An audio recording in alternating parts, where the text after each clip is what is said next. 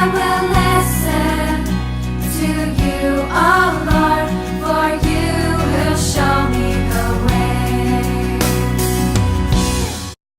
하나님의 말씀을 제가 봉독해 드리도록 하겠습니다. 하나님을 알되 하나님으로 영원하게도 아니하며 감사치도 아니하고 오히려 그 생각이 허망하여지며 미련한 마음이 어두워졌나니 스스로 지혜에 다하나 우준하게 되어 썩어지지 아니하는 하나님의 영광을 썩어질 사람과 금수와 거리지 형상의 우상으로 바꿨느니라. 그러므로 하나님께서 저희를 마음의 정욕대로 더러움에 내어버려 두사 저희 몸을 서로 욕되게 하셨으니 이는 저희가 하나님의 진리를 거짓 것으로 바꾸어 피조물을 조물주보다 더 경배하고 섬김이라. 주는 곧 영원히 찬송할 이시로다. 아멘. 이를 인하여 하나님께서 저희를 부끄러운 욕심에 내어버려 두셨으니 곧 저희 여인들도 순리대로 쓸 것을 바꾸어 영리로 쓰며 이와 같이 남자들도 순리대로 여인 쓰기를 버리고 서로 향하여 음욕이 부릴 듯하며 남자가 남자로 더불어 부끄러운 일을 행하여 저희의 그릇 때문에 상당한 보응을 그 자신에 받았느니라. 아멘. 물은 언제나 높은 곳에서 낮은 곳으로 흐릅니다. 낮은 곳으로 흐르고 또 흐르다가 마침내 이 세상에서 가장 낮은 바다로 흘러 들어가게 됩니다. 여러분, 물이요, 낮은 곳에서 높은 곳으로 흐르는 법은 없습니다. 거꾸로 흐르는 시내나 강은 존재하지 않습니다. 이렇게 높은 곳에서 낮은 곳으로 흐르는 물의 흐름을 우리는 순리라고 합니다. 우리에게는요, 사계절이 주어져 있는데요, 이것은 봄, 여름, 가을, 겨울 이 사계절의 순서로 주어져 있습니다. 봄, 여름, 가을, 겨울 이 순서는 물이 높은 곳에서 낮은 곳으로 흐르는 것 같은 순리입니다. 그런데 농부가 봄에 씨를 뿌리고 그것이 자라 무성하게 되어갈 무렵, 여름이 되어야 할 그 무렵에 여름이 아닌 겨울이 닥쳐왔다면 여러분 그것은 재앙입니다. 파멸인 것이죠. 곧 영리가 일어난 것입니다. 이런 순리를 벗어난 영리 가운데서 얻어질 수 있는 결실은 없습니다. 하나님의 창조에는 이처럼 섭리가 있는 것입니다. 섭리라는 말은 만물을 지배하고 있는 하나님의 창조의 원리와 법칙을 말하는 것인데요, 순리란 그 하나님의 창조의 원리와 법칙을 따르는 것입니다. 하나님은 이렇게 그의 모든 창조물들을 섭리와 순리 안에서 존재하도록 만들어 주셨습니다. 하나님은 태양을 하늘의 궁창에 두셨죠. 그래서 태양은 하나님이 걸어두신 하늘의 그 정해진 자리에만 있어야 합니다.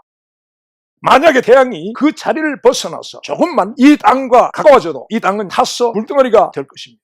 그리고 조금만 이 땅으로부터 멀어진다면 이 땅은 얼음덩어리가 되어버릴 것입니다. 재앙이요, 파멸인 것입니다.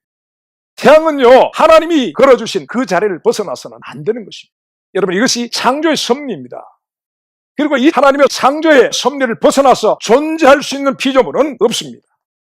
풀과 채소와 나무는 땅에서 자라도록 하나님이 그렇게 섭리하시고 창조하셨습니다. 물고기는 물에서, 궁창에는 새들이 날도록 그렇게 창조하셨습니다.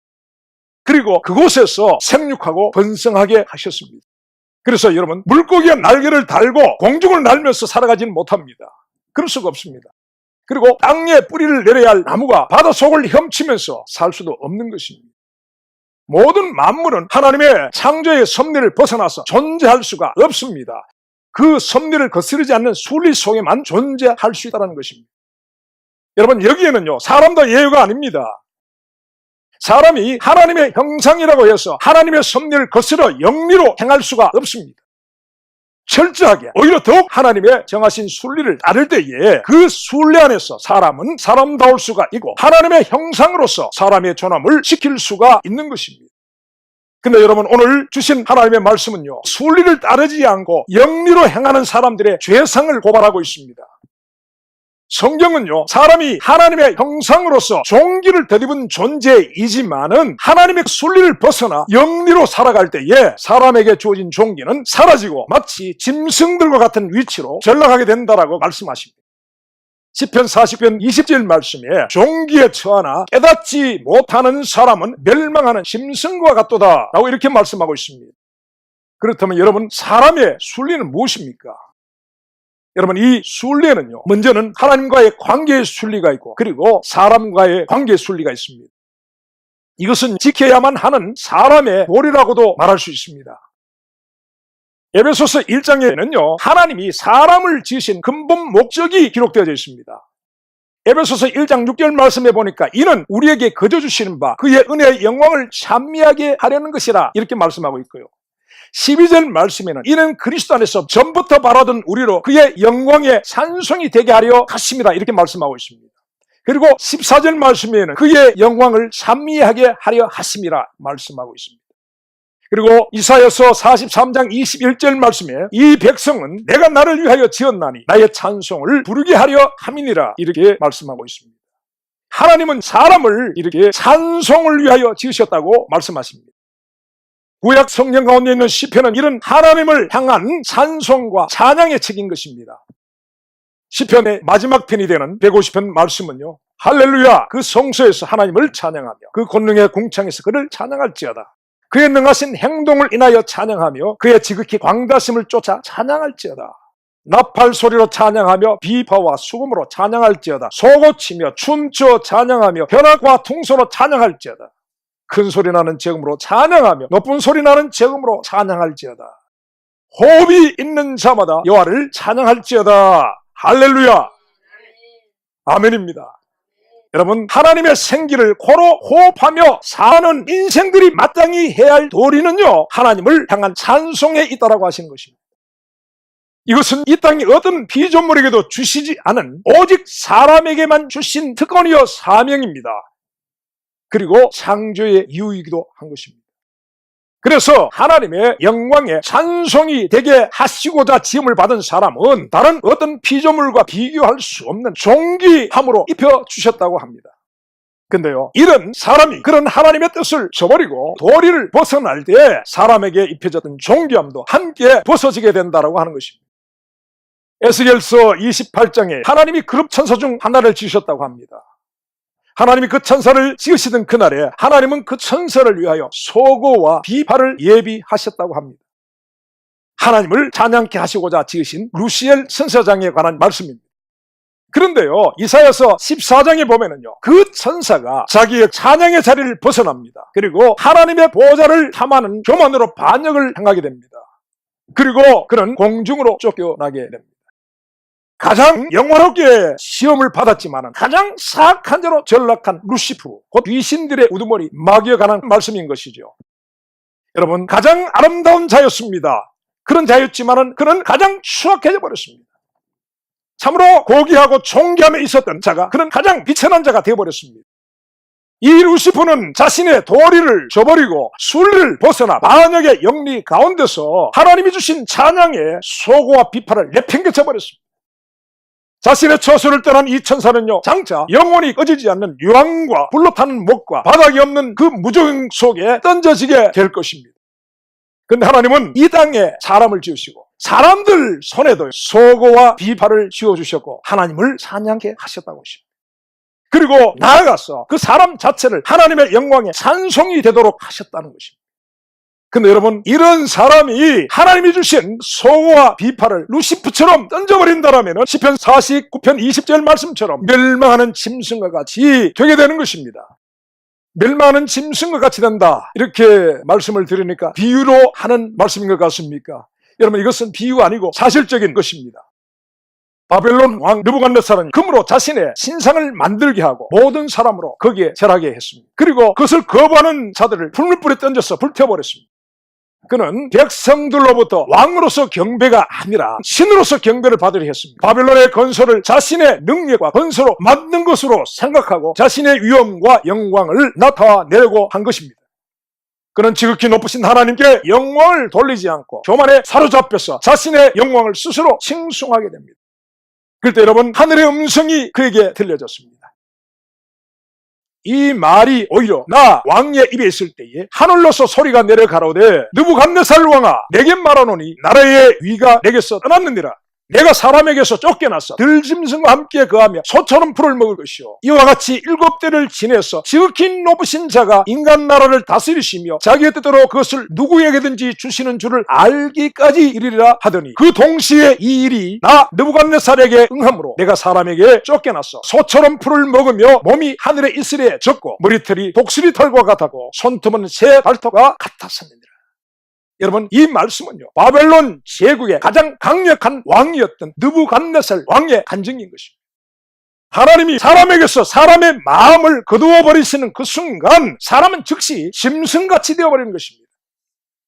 바벨론 왕 느부갓네살은 자신에게 입혀진 바벨론의 영광이 하늘과 땅의 모든 것의 주권자이신 하나님이 주신 것이 아니라 자기의 위엄과 능력으로 만들어진 것으로 여기고 그 영광의 찬송을 자신이 받으려 했고 그 즉시 그는 멸망하는 짐승같이 되어버린 것입니다.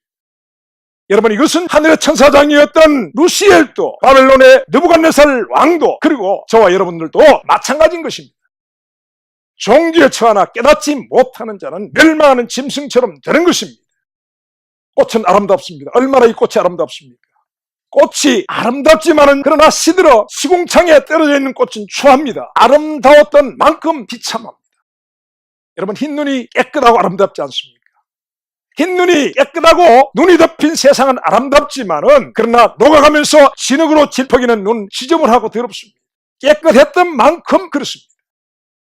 여러분, 사람은 존귀한 존재였던 만큼 비참한 비천에 처해질 수가 있다는 것입니다. 멸망하는 짐승처럼 될 수 있다고 하시는 것입니다. 하나님의 섭리의 순리로 행하지 않고 영리로 행할 때 사람은 그렇게 되는 존재라고 말씀하고 있습니다. 하나님이 모세에게 주신 10계명은요, 사람으로 하여금 사람의 종교에서 벗어나 비천해지지 않도록 하나님이 주신 안전장치입니다. 거기서 먼저 주시는 4계명은 하나님께 대한 계명이 됩니다. 첫째, 너는 나 외에 다른 신을 내게 있게 말지니라. 두 번째, 우상을 만들지 말고 그것들에 절하지 말고 섬기지 말라. 세 번째, 하나님의 이름을 망령되이 일컫지 말라. 네 번째, 안식일을 거룩히 지키라. 이 4계명은 하나님께 대한 계명인 것입니다. 이 계명들은요, 하나님의 영광에 찬송이 되도록 지음을 받은 우리가 하나님께 해야 할 기본적 도리의 말씀들을 말씀하고 있는 것입니다. 여러분, 사람을 지으신 분은 하나님이십니다. 결코 다른 신이 없습니다. 그래서 사람은 우리의 창조주신 그 하나님만 섬겨야 합니다. 영원하신 하나님의 영광을 결코 썩어질 다른 피조물의 형상으로 만들어서도 안 됩니다.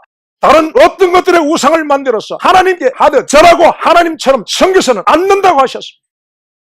그리고 우리는 그분의 어미하신 이름을 두려워해야 하고 망령되이 불러서는 안 되는 것입니다. 안식일을 지켜야 합니다. 안식일을 9일에 지켜서 그분의 영광을 찬양하고 예배 드리며 장차 그분의 영원한 안식에 들어갈 준비를 해야 하는 것입니다. 그래서 여러분, 사람은 이 말씀을 순종해야 합니다. 이 뜻을 따라야 합니다. 이것이 사람의 도리이며 순리인 것입니다. 이 뜻을 저버리고 불순종하는 것은 순리를 벗어난 영리라고 하는 것입니다. 여러분, 성경은 이 영리를 죄라고 합니다. 하나님은 이런 순리와 영리에 대해서 은혜와 심판을 분명히 하고 계십니다.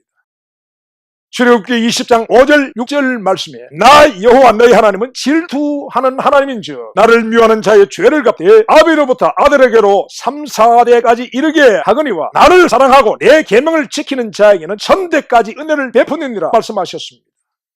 여러분, 이 말씀이요, 바로 10계명 중 두 번째 계명에 붙이는 말씀인 걸 아십니까?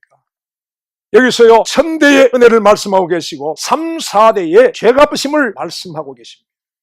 그렇다면 여러분, 이 천대와 3, 4대, 이것이 문자적인 의미의 천대와 3, 4대를 말씀하시는 것일까요?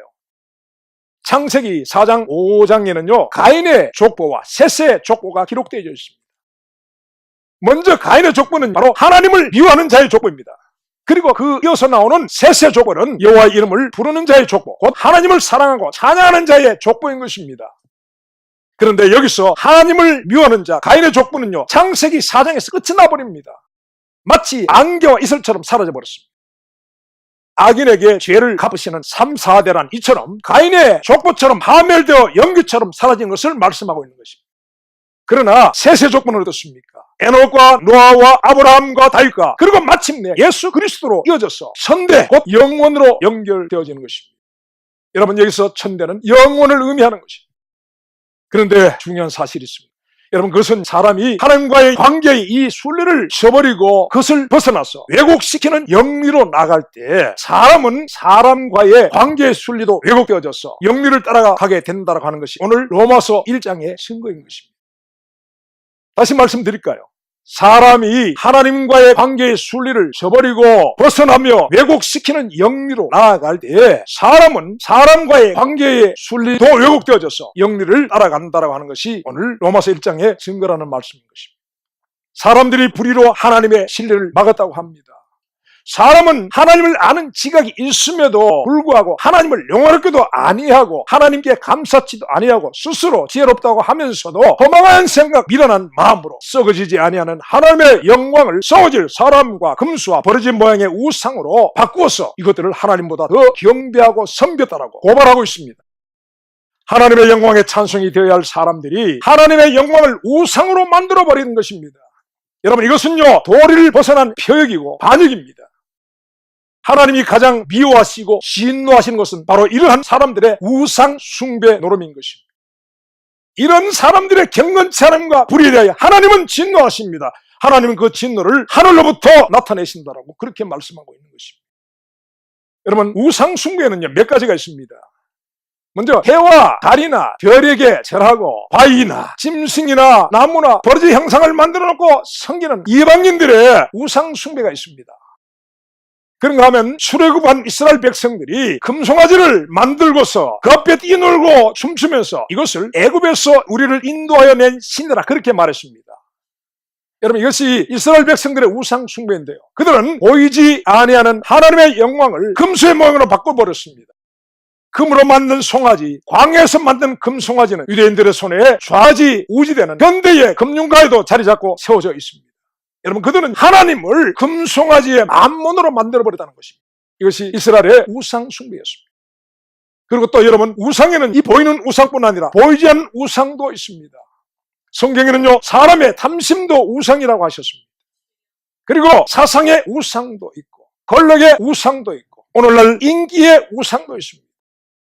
하나님보다 더 사랑하고 섬기고 의지하는 것, 이것이 우상에 관한 정리라고 할 수 있는데요, 여러분, 여기서 일에 대해 현대 기독교인들은 사유할 수가 없습니다. 하나님 사랑보다 단 자기 사랑의 우상이 있고요, 가정과 자녀의 성공과 행복의 우상을 가지고 있습니다. 하나님보다 더 높아진 근대 과학의 우상이고, 그리고 끔찍이도 챙기는 건강의 우상이 있습니다. 그리고 우리의 삶에서 하나님보다 더 의지하는 재물의 신, 곧 만몬의 우상 숭배에서 오늘 우리들은 자유하지 못합니다. 그래서요, 하나님 없는 현대 과학이 사람이 넘어서는 안 되는 절대적인 하나님의 영역을 신범하여서 만들어낸 성취물들을 환영하고 인정하고 있다는 것입니다. 행복과 건강의 우상을 위하여 사람의 유전자를 조작하고 가위질을 하고 복제하고 난도질하는 이 영리로 행하는 가증한 행위들을 마땅한 것으로 여기고 있다는 것입니다. 주의 고안에서 배양된 사람의 정자로 태아를 만들고 그리고 체세포를 복제하여 복제된 사람을 만들어내고 있습니다. 여러분, 과학이라는 이름으로 행해지는 인간들의 가증한 행위들, 이것은 하나님께 대한 폐역이고 반역입니다. 하나님과의 관계를 파괴시키는 순리를 벗어난 영리들입니다. 많은 현대 기독교인들에게도 하나님 외에도 의지할 수 있고 믿을 수 있는 너무나 많은 것들을 가지고 있다는 것입니다. 현대 기독교인들은 이 폐역과 영리의 우상 숭배에서 결코 자유할 수 없습니다. 하나님과 사람 사이의 질서가 무너지면 동시에 사람과 사람 사이의 질서가 무너집니다. 피조물을 조물조보다 더 경배하고 섬기는 순리를 저버리고 영리로 행하면 사람과의 관계 속에도 창조의 질서를 거스르는 왜곡 현상이 나타나게 됩니다. 그 중에 가장 심각한 영리 현상이 바로 동성 간의 관계 속에서 나타난 동성애인 것입니다. 여러분, 이것은 하나님의 창조의 섭리를 정면으로 도전하는 가증한 행위인 것입니다. 남자와 여자를 통하여 종족 보존과 이 땅에 번성케 하시고자 하시는 하나님의 순리를 정면으로 역행하는 반역인 것입니다. 여러분, 가정을 이루는 기본적 구성 요소는 남자와 여자입니다. 그런데 남자와 남자, 여자와 여자의 구성은 하나님이 세우신 적이 없는 이 땅에 사람의 씨를 말리려는 마귀의 역사인 것입니다. 창조의 순리를 왜곡한 영리인 것입니다. 거기에는 생명의 역사가 없습니다. 여러분, 동성애는 현대의 인권이라는 이름으로 개인의 행복 추구권으로 인정되어서 온 천하에 만연이 되어 있습니다. 그래서 이 기괴한 일이 축제라는 이름으로 백주 된낮에 행하여지고 있고, 그리고 그것을 축한다는 수많은 무리들이 몰려들어서 마치 금송아지 앞에서 뛰어놀던 이스라엘 백성들처럼 그들은 그곳에서 그들과 함께 노래하며 뛰어놀고 있다는 것입니다. 하나님의 진노가 그 위에 머물러 있는 것입니다. 그런데 여러분, 여기서 우리는 놀라운 사실 하나 발견하게 됩니다. 여기서요, 하나님은 하나님께서 저희를 그 마음의 정욕대로 더러움에 내어버려 두셨다고 합니다. 하나님은 그들로 하여금 그 더러운 정욕에 빠져있도록 방임하셨다고 합니다.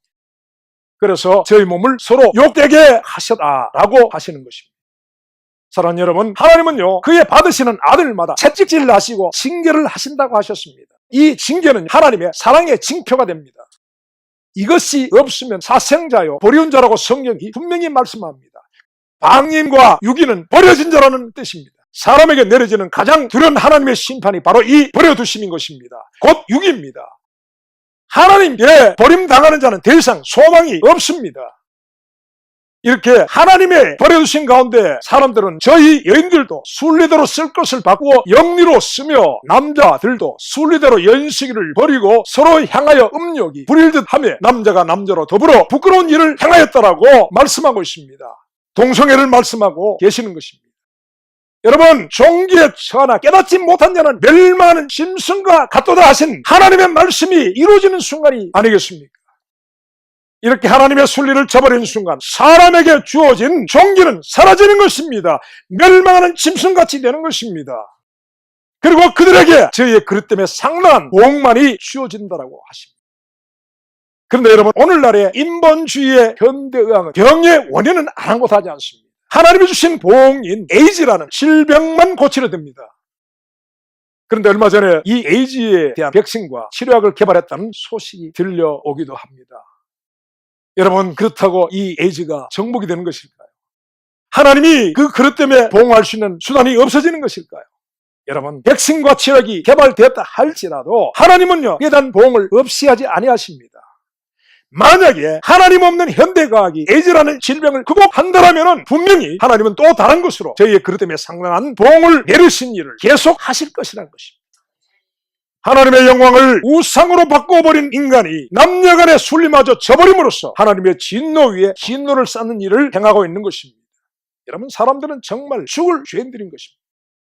근데 여러분, 오늘 이 시대와 기독교 국가라는 수많은 나라들은요 한 걸음 나아가서 이런 가증하고 반역적이고 순리를 거스려 행하는 이 마귀적인 일들을 옳다라고 한다는 것입니다. 미국의 전직 대통령이었던 오바마가 그렇게 말했고, 또 정치가들이 그것이 옳다라고 법을 만들어서 동성애를 법으로 보장하고 그것이 틀렸다라고 하는 바른 소리를 막아버렸습니다. 그리고 어떻게 합니까? 자라나는 어린아이들에게도 동성애는 행복하다라고 교육을 시키고 있습니다. 여러분, 이것이 미국의 현실입니다. 이 미국은 한국 사람들이 말하는 아름다운 나라 미국이 아닙니다. 일본 사람이 말하는 그저 쌀을 많이 생산하는 나라 미국일 뿐인 것이고, 청교도의 정신을 잃어버린 혼미한 나라 미국일 뿐인 것입니다. 러시아나 중국은요 동성애를 국가적으로 반대합니다. 그러나 여러분, 이 나라나 서구 세계는 그것을 반대하는 사람들의 입을 막고 찬성하는 소리만 들려지게 하고 있습니다. 이 기독교 국가라는 미국의 시민들 중 반 이상이 동성애를 옳다라고 찬성한다고 합니다. 여러분, 어느 나라가 맞는 것일까요? 러시아가 맞습니까? 미국이 맞는 것입니까? 그런데 가장 심각하고 통탄할 이러한 이 나라의 교회들이 청교도의 후예임을 자랑하는 이 미국의 대다수 주류 교단과 교회가 이 일을 찬성하고 옳다라고 한다는 사실입니다. 동성애 성직자와 동성 결혼을 이 나라 교회들과 교인들이 허용하고 찬성하고 있다는 것입니다. 그래서요, 그 동성애에 대해서 진노하시고 보응하신 하나님이 틀렸다고 동성애를 찬성하는 교회가 정말 하나님의 교회가 맞는 것일까요? 이런 하나님의 순리를 벗어나 영리로 행하는 동성애를 옳다는 현대 기독교인들과 교회가 과연 하나님의 교회이며 과연 그리스도의 신부로서 교회가 맞는 것일까요? 오늘 수많은 나라들은요 인구가 주로 들고 늘어나지 않음에 있어 고민하고 있습니다. 어떻게 하면 인구를 늘릴 수 있을까 고민합니다. 한국도 인구 절벽을 맞고 있습니다. 일본은 오래전부터 그랬고 중국도 그렇다고 합니다. 그 인구 대국인 중국도 인구의 절벽을 맞이해서 어떻게 인구를 늘릴 수 있을까 고민하고 있습니다. 그러면서도 동시에 동성애를 허용하는 모순된 정책을 만들어 놓고 있다는 것입니다. 또 한국 같은 경우에는 어떻게 하든 기회를 만들어서 동성애를 합법화 시키려 들고 있습니다. 여러분, 세상도 나라들도 교회도 신자들도 제정신이 아닌 것입니다. 바울이 전하는 부활의 복음을 듣던 총독 베스도가 크게 소리치며 이렇게 외쳤다고 합니다. 사도행전 26장 24절 말씀에 바울아, 네가 미쳤도다. 내 많은 학문이 너를 미치게 하였도다라고 했습니다. 그는 바울이 전하는 부활의 복음을 도무지 이해할 수 없었기 때문에 바울이 미친 걸로 생각했습니다. 그러나 여러분, 실상은 하나님의 순리를 거스려 영리로 행하는 것을 옳다라고 하는 이 시대의 수많은 나라들이 미쳤습니다. 그것을 미워하시는 하나님이 틀렸다고 하는 수많은 사단의 회들이 미친 것입니다. 동성애를 찬성하는 무리들이 미친 것입니다. 그들이 가진 많은 우상들이 그들을 미치게 만들어버린 것입니다. 여러분, 이런 교회는 그리스도의 몸인 교회가 아닙니다. 계시록에 기록된 큰 음녀이며 멸망당할 바벨론이 분명한 것입니다. 이들이 지금 가지고 자랑하는 물질의 풍요함이 언제까지 지속될 거라고 여러분 생각하십니까? 그것이 과연 영원히 있는 것일까요? 영원한 것일까요? 시편 7편 11절에서 13절 말씀에 하나님은 의로운 재판장이시며 매일 분노하시는 하나님이시로다. 사람이 회개치 아니하면 저가 그 칼을 가르시며 그 활을 당기어 예비하셨도다. 죽일 기계를 예비하시며 그 만든 살은 화전이로다 하셨습니다. 여러분, 하나님은 매일 하나님의 진리를 뿌리로 막고 하나님의 순리를 거스려 영리로 행하는 회개치 않는 죄인들을 인하여 분노하고 계시고 심판을 위하여 칼을 갈고 활을 당겨 예비하셨고 죽일 기계를 예비하셨다라고 하십니다.